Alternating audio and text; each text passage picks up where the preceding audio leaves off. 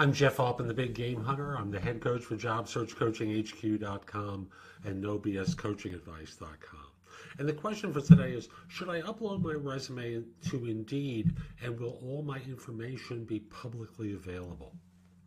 I think Indeed is a terrific place if you're using job boards because, well, frankly, your resume gets lots of exposure there. And I think from the standpoint of job hunting, first of all, lots of jobs available to you, but also there are a lot of people who use Indeed as a resource. Now, let me come to what I think is probably most important to you, which is whether your information is publicly available. When it is on the website, Indeed will strip out certain contact information so that a recruiter or a firm that is using the service has to pay $1 to receive it and the resume. They can view your resume, but no contact information. It can be worked around in a couple of different ways because there are tools that third-party recruiters, some third-party recruiters use and some corporate recruiters use that will interface with Indeed and pull your data from other places and provide them with it. But on the Indeed site, no, they don't have it available there freely. People have to work to get it or pay the $1 to get it. Now, that's about the publicly available. It's not listed out there for people to see.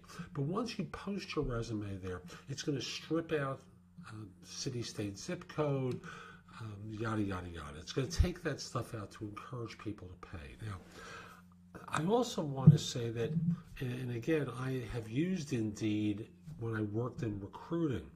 If you have an ad on Indeed and someone applies to it, Indeed will send name, city, state, no zip code, which is a little bit of an issue, and I'll come to that in a second. They'll send name, city, state, no zip code, and relevant phone numbers to someone who has an ad on Indeed to which you apply. Now, my thing about zip code is if I'm going to find you in my database at a later time, because what they're doing is sending it through the feed to an applicant tracking system.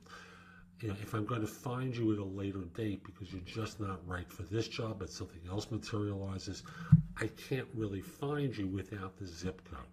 After all, telling me, I'll use New York as an example. I have a job in New York, you live in New Jersey, it says Teaneck, New Jersey. I'm not going to search every town in New Jersey for relevant stuff, and phone numbers don't work anymore because phone numbers and area codes are portable. So someone might live in New Jersey, but they took their mobile number with them from Kalamazoo or some other place in the country and brought it with them. I can't use that. So Indeed does a lot to obscure where you are and make it such that people will pay for the service rather than get it freely. Now, again, from your standpoint, should you upload your resume? You bet. Will all your information be publicly available? No. If you want to work around that and you do want it publicly available, what you do is embed information in the resume itself.